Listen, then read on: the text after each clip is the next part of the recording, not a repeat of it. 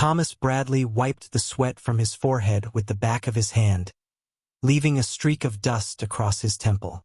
The late afternoon sun poured through the high windows of Lincoln Elementary's auditorium, creating golden rectangles on the polished wooden floor. He was 3 hours into what should have been a simple job, replacing the outdated sound system before tomorrow's 5th grade ceremony. But nothing was ever simple when you were working alone. At 42, Thomas had long accepted his lot in life. Audio technician by trade, widower by circumstance, father to 9-year-old Lily by blessing. His wife Jessica had died 4 years ago from complications during what should have been routine surgery. One day she was complaining about back pain. 3 weeks later, Thomas was signing papers to donate her organs and trying to explain to a 5-year-old why mommy wasn't coming home. The grief had carved out a hollow space in his chest that never quite filled. He went through the motions, work, parenting, existing, but he'd forgotten what it felt like to truly live. He was kneeling on the stage, testing cable connections, when he heard it.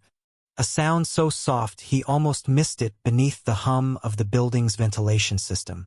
A hiccup, maybe, or a stifled sob. Thomas paused, his hands stilling on the equipment. There it was again, the unmistakable sound of a child crying while trying desperately not to be heard. He stood slowly, his knees protesting after hours of kneeling. "Hello?" he called out. "Is someone there?" The crying stopped immediately, replaced by a tense silence that somehow felt louder. Thomas walked toward the heavy velvet curtains that separated the stage from the backstage area. He pushed through them carefully, giving whoever was back there time to compose themselves or run if they wanted to. What he found made him stop in his tracks. A girl sat in a wheelchair near the costume rack, her small frame hunched over as if trying to make herself invisible. She couldn't have been more than 10 or 11, with dark brown skin and tight curls pulled into 2 puff balls on either side of her head. Someone had dressed her with obvious care. A beautiful purple dress with lace trim, white tights, and shoes that looked brand new. A graduation cap sat askew on her head, its tassel hanging limply over one eye. But it was her face that broke Thomas's heart. Tears streamed down her cheeks, and her brown eyes held a depth of sadness that no child should know. "Hey there," Thomas said gently, keeping his distance. "Are you okay?" The girl's head snapped up, her eyes widening with something between fear and embarrassment. She quickly wiped at her face with the back of her hand, smearing tears across her cheeks. "I'm sorry," she said, her voice small and hoarse. "I didn't mean to be in the way. I'll go back outside. I needed a minute." "You're not in the way," Thomas assured her, taking a cautious step closer. "Are you part of tomorrow's graduation?" She nodded, not meeting his eyes. "5th grade. That's exciting. Big accomplishment." He waited, but she didn't respond. "I'm Thomas. I'm just here fixing the sound system so everyone can hear the ceremony tomorrow." "I'm Kennedy," she whispered. Then, as if she felt she owed him an explanation, she added, "Kennedy Morrison." Thomas noticed the program clutched in her lap, wrinkled from being held too tightly. One section was circled multiple times in purple marker. Parent recognition ceremony. All students will be called to stand with their parent or guardian. Understanding dawned, heavy and painful. "Kennedy," Thomas said softly, pulling a folding chair closer and sitting down so they were at eye level. "Can I ask what's wrong? Maybe I can help." For a long moment he thought she wouldn't answer. Then, like a dam breaking, the words poured out. "Tomorrow, during the ceremony, everyone's supposed to stand up with their parents. They're going to call our names one by one, and we're supposed to walk up, or in my case, we'll up with our mom or dad or whoever." Her voice cracked. "But I don't have anyone. What about your parents? Where are they?" Kennedy's hands twisted the program, creating new creases. "My mom died when I was 6. Cancer. My dad, he left right after. Said he couldn't handle having a sick wife and a disabled kid. That's what my aunt told me before she passed away last year." Thomas felt like someone had punched him in the stomach. You've been through so much. I live with Mrs. Patterson now. She runs a group home for kids nobody else wants. Kennedy said it matter-of-factly, but Thomas could hear the pain underneath. She's nice, but she has 8 other kids. She dropped me off this afternoon for the rehearsal, but she can't come tomorrow. She said she has to take Marcus to a doctor's appointment and Emma has a court hearing, and she can't be in 3 places at once. Isn't there anyone else? A family member? A friend? Kennedy shook her head. My aunt was my mom's only sister. She had a stroke last year. I was with her when it happened. Her voice went flat, the way voices do when describing trauma. I tried to call 911, but my chair couldn't get to the phone fast enough. By the time I finally reached it, she didn't finish the sentence. She didn't need to. Kennedy, I'm so sorry. I've been in this chair since I was 7, she continued, as if she hadn't heard him. Car accident. Some guy ran a red light. My mom wasn't hurt badly, but I was in the back seat. The doctors said it was a miracle I survived it all, but my spinal cord was damaged. T12 level, they called it. I can move my arms and everything above my waist, but my legs don't work anymore.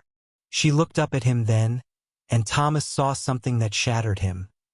Not self-pity, but resignation. The look of someone who'd learned not to hope for too much. Everyone else has someone, Kennedy said. Even Jackson, whose dad is deployed overseas. His grandmother is coming. Even Zoe, whose parents are divorced and both have new families. They're both going to be there, but I'll be the only one sitting there alone while everyone watches. The girl nobody wanted. Thomas found himself moving without thinking, kneeling beside her wheelchair. Kennedy, you are not. Please, she interrupted, and the word came out like a sob. Her hands shot out and grabbed his arm with surprising strength.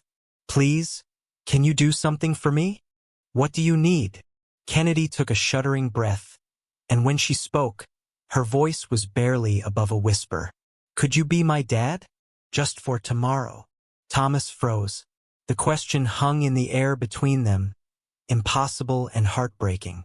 I know it's crazy, Kennedy rushed on, tears flowing freely now.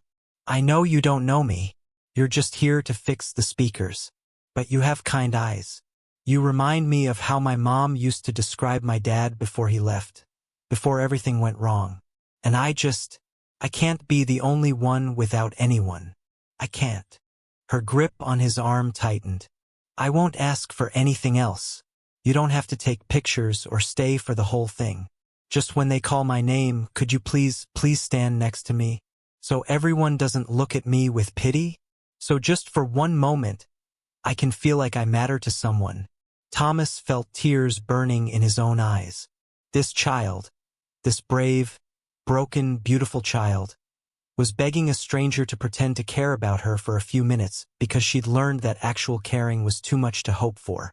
He thought of Jessica, who had volunteered at children's hospitals throughout their marriage, who had always said that the world was full of people who could make a difference but chose not to, who had made him promise in those final lucid moments before the anesthesia took her and she never woke up, that he would teach Lily to be someone who showed up when people needed her. What kind of man would he be if he walked away from this moment? Kennedy, he said, his voice rough with emotion, you don't have to beg. I would be honored to stand with you tomorrow. She stared at him as if she couldn't possibly have heard correctly. Really? You mean it? I mean it. Not just during the ceremony, but all of it. Rehearsal, pictures, the whole thing. Whatever you need. But why? Kennedy's voice cracked. You don't even know me. Thomas thought about how to answer. How did you explain that sometimes life presents you with a moment where you can choose kindness or convenience, and that the choice defines who you are? Because somebody should show up for you, he said simply. And I'd like it to be me. Kennedy made a sound that was half laugh, half sob, and then she was reaching for him, her arms wrapping around his neck as she cried into his shoulder. Thomas held her carefully, feeling her small body shake with the force of her tears, Tears of relief, of gratitude, of grief for all the times no one had shown up before. "Thank you," she sobbed. "Thank you, thank you, thank you." "Hey," Thomas said softly, patting her back. "It's going to be okay. I promise." When Kennedy finally pulled back, wiping her face with her hands, Thomas noticed that her expression had changed. The resignation was gone, replaced by something fragile but real, hope. The next morning, Thomas arrived at Lincoln Elementary an hour before the rehearsal was scheduled to begin. He'd spent the previous evening explaining the situation to Lily, who had listened with wide eyes before declaring that Kennedy was basically her sister now, and insisting on coming along. "Dad, she needs people," Lily had said with the simple logic of a 9-year-old. "We can be her people." Now, as they walked into the auditorium, Thomas spotted Kennedy near the front. She was talking with another girl, animated, smiling, seemingly fine. But when she saw Thomas, her entire face transformed. Pure joy replaced the polite mask she'd been wearing. "You came," she breathed, wheeling herself toward them quickly. "I was afraid you'd change your mind." "I told you I'd be here," Thomas said. "Kennedy, this is my daughter, Lily." Lily stepped forward, not shy at all. "Hi, Dad told me about you. I think it's really cool that you're graduating 5th grade. I'm in 4th grade, so you're older than me, which means you're basically obligated to teach me stuff. That's how being an older sister works." Kennedy blinked. "Sister?" "Obviously," Lily said, as if it were the most natural thing in the world. "Dad's going to be your dad tomorrow, which makes me your sister. Unless you don't want to be, which would be okay. But I was hoping you would because I've always wanted a sister and my mom died before she could give me one, so this works out perfectly." Thomas saw Kennedy's eyes fill with tears, but she was smiling. "I've always wanted a sister too." "Perfect," Lily declared. "Oh, I brought you something." She dug into her backpack and pulled out a small stuffed elephant, worn from years of love. "This is Peanuts. He helped me when I was sad after my mom died. I thought maybe he could help you too." Kennedy took the elephant with trembling hands. "Lily, I can't take your special toy." "You're not taking him. I'm sharing him." "Big difference." Lily grinned. "Besides, sisters share everything. That's the rule." Before Kennedy could respond, a woman approached them. She was probably in her late 50s, with tired eyes but a kind smile. "Kennedy, sweetie, who's this?" "Mrs. Patterson." Kennedy's voice was bright, almost defiant. "This is Thomas Bradley. He's going to be my person for the ceremony tomorrow." Mrs. Patterson looked confused. "Your person?" "I'll be standing with Kennedy during the parent recognition portion," Thomas explained. "We met yesterday, and I offered to be here for her." Understanding dawned on Mrs. Patterson's face, followed by relief. "Oh, thank goodness. I've been so worried about that. Kennedy's been anxious about tomorrow for weeks." She turned to Kennedy. "Sweetheart, that's wonderful." The rehearsal began, and Thomas watched Kennedy go through the motions with the other students. During the practice run of the parent recognition ceremony, when they called Kennedy's name, Thomas stood and walked to her side. The other parents noticed. He could feel their curious glances, but he didn't care. What mattered was the way Kennedy's face lit up, the way she sat a little straighter, the way, for those few minutes, she looked like every other kid who had someone in their corner. Afterward, the principal, Mr. Chun, pulled Thomas aside. "Mr. Bradley," he said carefully, "I appreciate what you're doing for Kennedy. She's a remarkable girl who's been through more than most adults face in a lifetime. But I have to ask, what's your relationship to her? For our records." Thomas hesitated. "Honestly, I met her yesterday. She was crying backstage and we got to talking. When she told me she'd have no one here tomorrow, I couldn't stand the thought of her going through that alone." Mr. Chun studied him for a long moment. "You know, in 20 years of education, I've seen a lot of things, but I've never seen someone show up for a child they barely know. Are you sure about this?" More sure than I've been about anything in a long time, Thomas replied. The principal nodded slowly. Well then, I think what you're doing is extraordinary. Kennedy deserves to have someone in her corner. The morning of the graduation, Thomas woke up nervous. What if Kennedy had changed her mind? What if he was overstepping? What if... His phone buzzed with a text from an unknown number. This is Mrs. Patterson. Kennedy asked me to tell you she's wearing the purple dress and she can't stop smiling. Thank you for doing this. The ceremony was scheduled for 10 o'clock. Thomas arrived at 9:30 with Lily, both of them dressed up. Thomas wore a suit. Not expensive but clean and pressed. Lily had insisted on wearing her favorite yellow sundress because Kennedy needs to see we're taking this seriously. They found Kennedy backstage, surrounded by other students but somehow still apart. When she saw them, her whole face transformed. "You're really here," she whispered. "Did you think I wouldn't be?" "I don't know. I've never had anyone show up before. Not since Mom died." Thomas knelt beside her wheelchair. "Well, get used to it, because today you've got people." The auditorium filled quickly with families.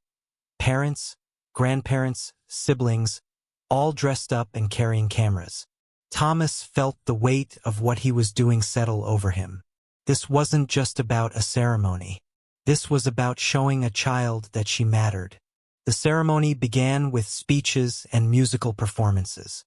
Then came the moment everyone had been waiting for, the parent recognition ceremony. At this time, the principal announced, "We invite all our graduates to stand with their parent or guardian. This is a moment to honor the adults who have supported these children throughout their elementary school journey."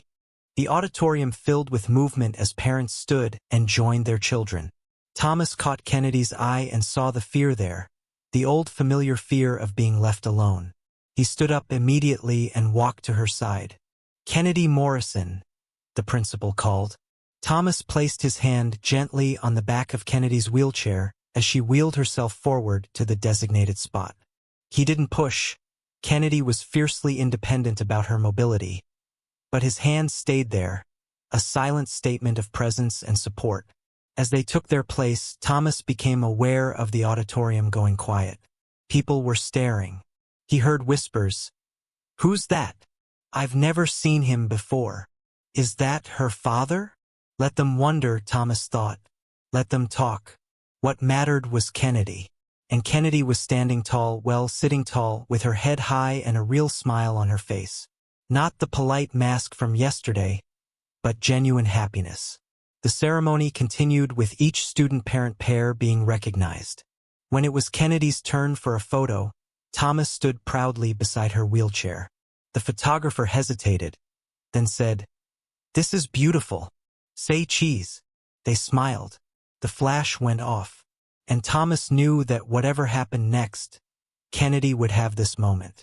Proof that someone had shown up for her.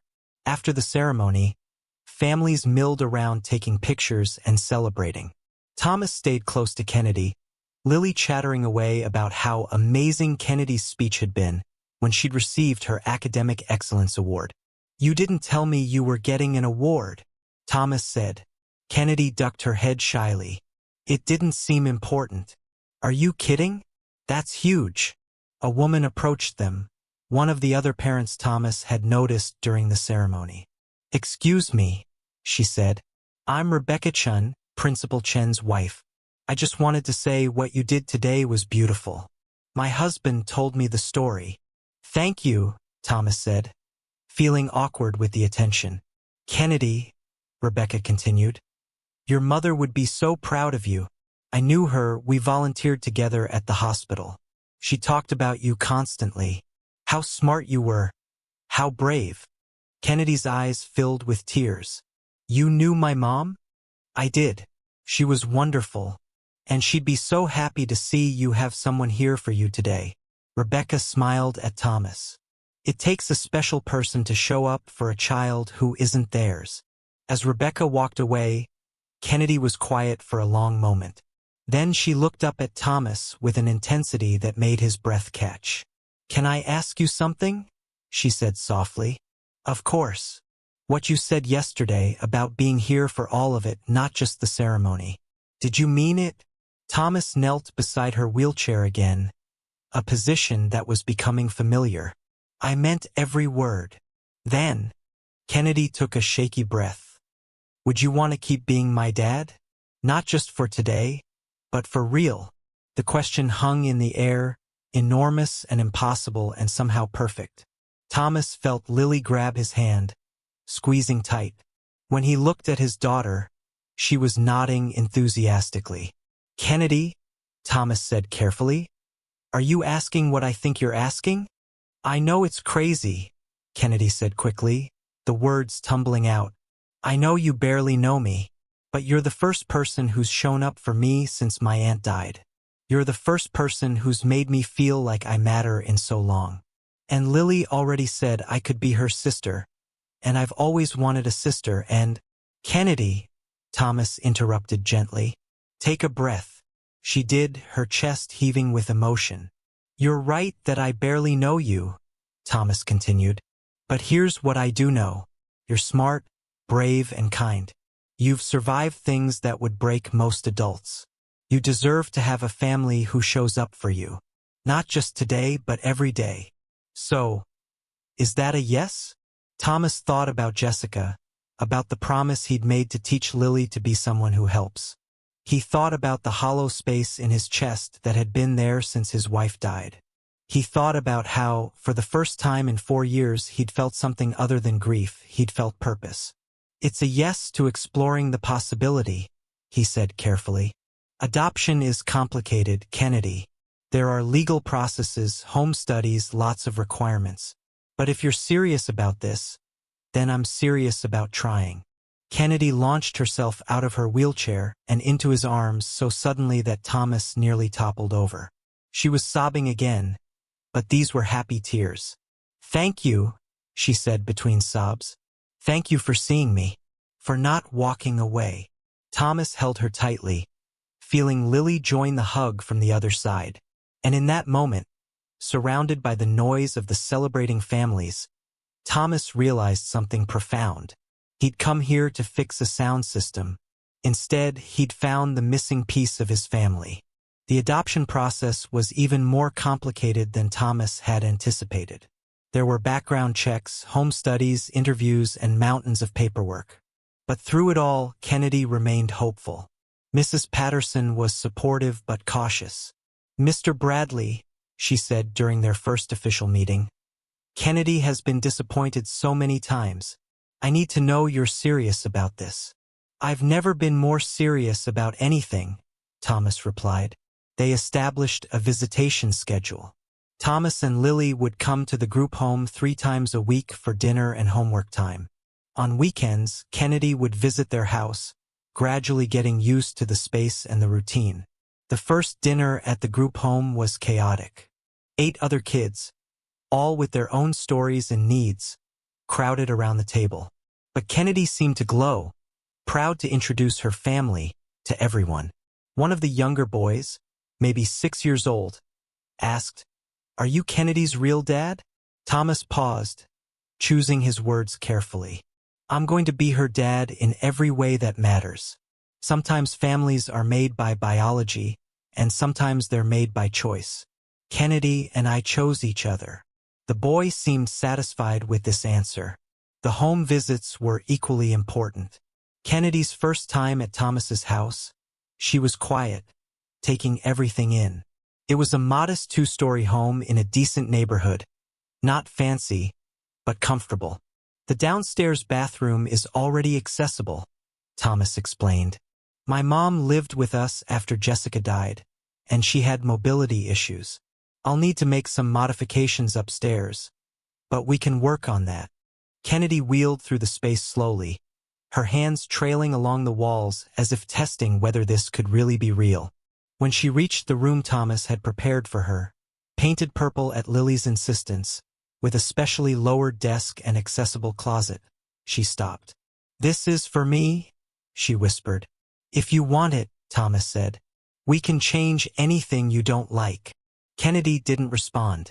She just wheeled into the room, to the window that overlooked the backyard, and started crying quietly. Lily appeared at Thomas's elbow. "Is she okay?" "I think she's just overwhelmed, honey. This is a big change." Lily walked into the room and climbed onto Kennedy's lap without asking permission, wrapping her arms around her new sister. "It's okay to be scared. I was scared when Mom died. But Dad's really good at making things okay. And now you have me too. So you're basically unstoppable." Kennedy laughed through her tears, hugging Lily back. "I think I'm going to like being your sister. Obviously. I'm awesome." The weeks turned into months. Kennedy's social worker, a kind woman named Patricia, conducted the required home visits and interviews. Each time, Thomas held his breath, afraid something would disqualify them. "Mr. Bradley," Patricia finally said during her last visit, "I've been doing this job for 15 years. I've seen a lot of families, some good, some bad, some just adequate.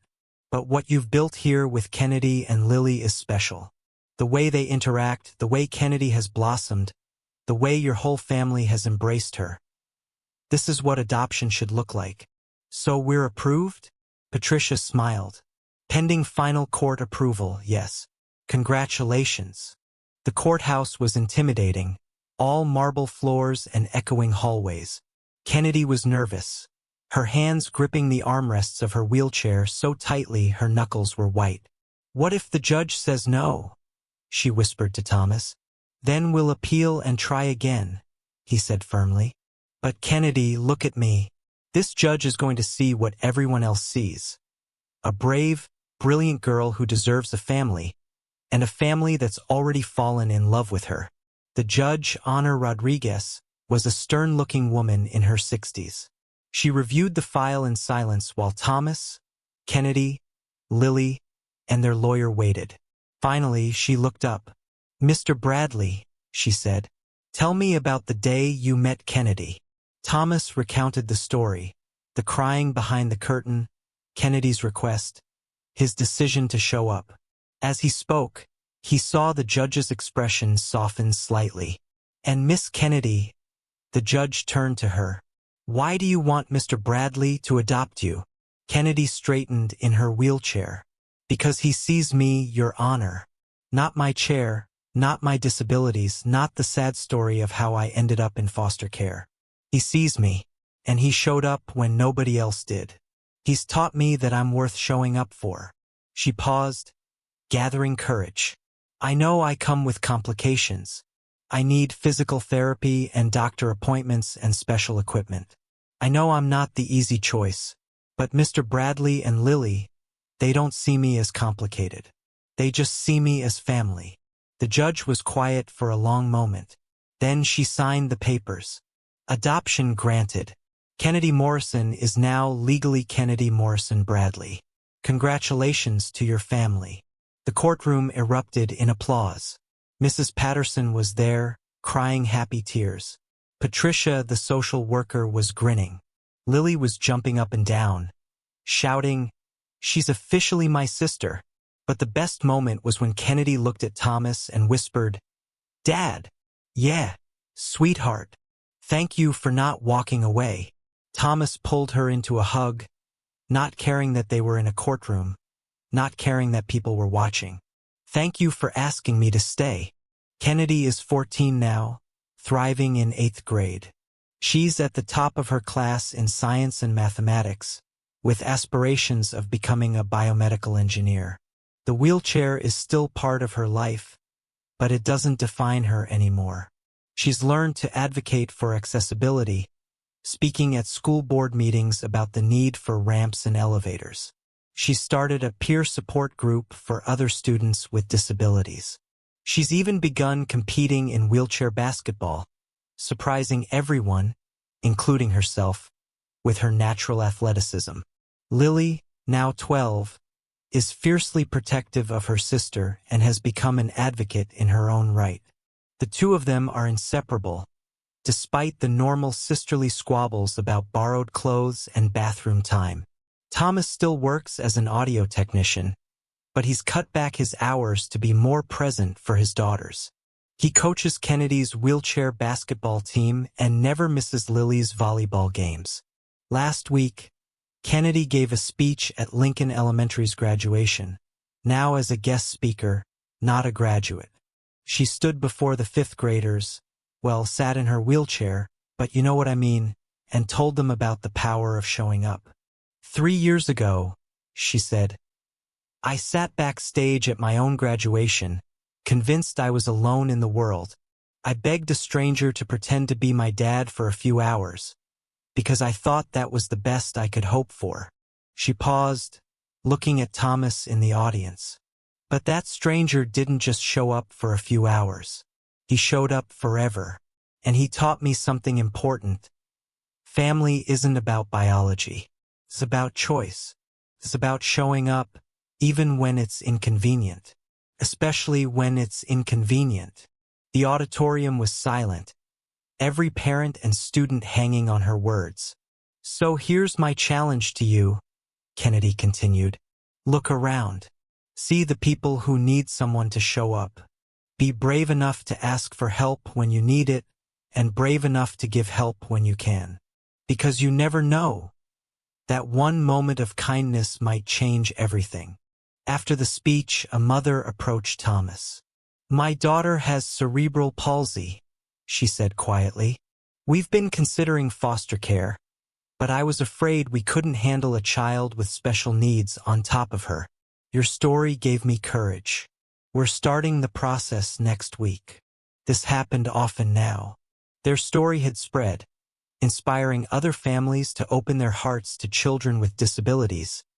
Children who'd been waiting for someone to choose them. Thomas still remembers that day in the auditorium, hearing Kennedy cry behind the curtain. He thinks about how close he came to ignoring it, to finishing his work and going home without ever knowing she existed.